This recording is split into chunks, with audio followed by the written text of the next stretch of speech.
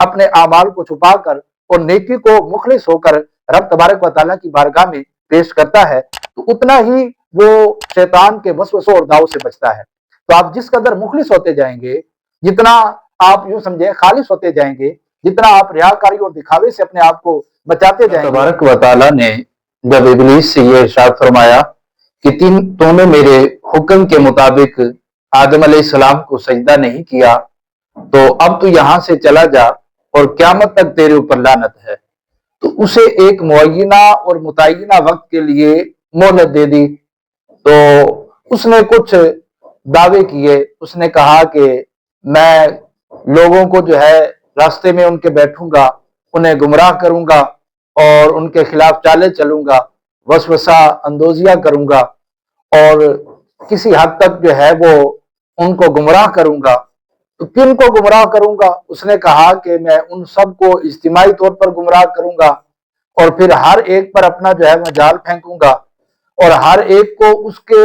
معاملے کے مطابق جو ہے راہ حق سے میں ہٹانے کی کوشش کروں گا۔ الا عبادک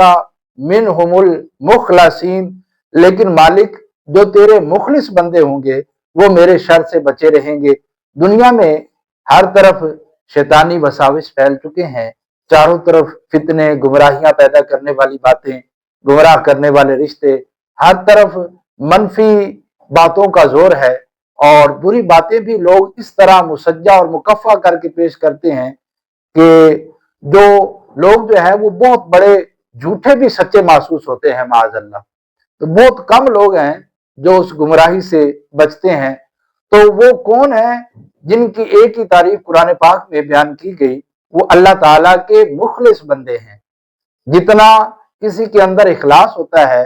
جتنا وہ تصنع اور بناوٹ سے بچتا ہے، جتنا وہ دکھلاوے سے بچتا ہے، جتنا وہ شہرت سے بچتا ہے، جتنا کوئی شخص اپنے اعمال کو چھپا کر اور نیکی کو مخلص ہو کر رب تبارک و تعالیٰ کی بارگاہ میں پیش کرتا ہے تو اتنا ہی وہ شیطان کے وسوسوں اور داؤ سے بچتا ہے۔ تو آپ جس قدر مخلص ہوتے جائیں گے، جتنا آپ یوں سمجھیں خالص ہوتے جائیں گے، جتنا آپ ریاکاری اور دکھاوے سے اپنے آپ کو بچاتے جائیں گے، تو یہ مت سمجھے کہ آپ ریاکاری سے بچ رہے ہیں اور دکھاوے اور شہرت سے بچ رہے ہیں، بلکہ سمجھے آپ شیطان سے بچ رہے ہیں۔ تو وہ تعریف کو مزین کر کے جو ہے وہ پیش کرے گا اور نگاہوں کے سامنے وہ اس طرح پیش کرے گا، بار بار ظاہری بات ہے تعریف ہوگی تو نفس کو تسکین ہوگی، بار بار آپ محسوس کریں گے کہ میری تعریف ہو رہی ہے تو میری مزید تعریف ہونی چاہیے، مزید میری خوشامد ہونی چاہیے۔ تو لوگ،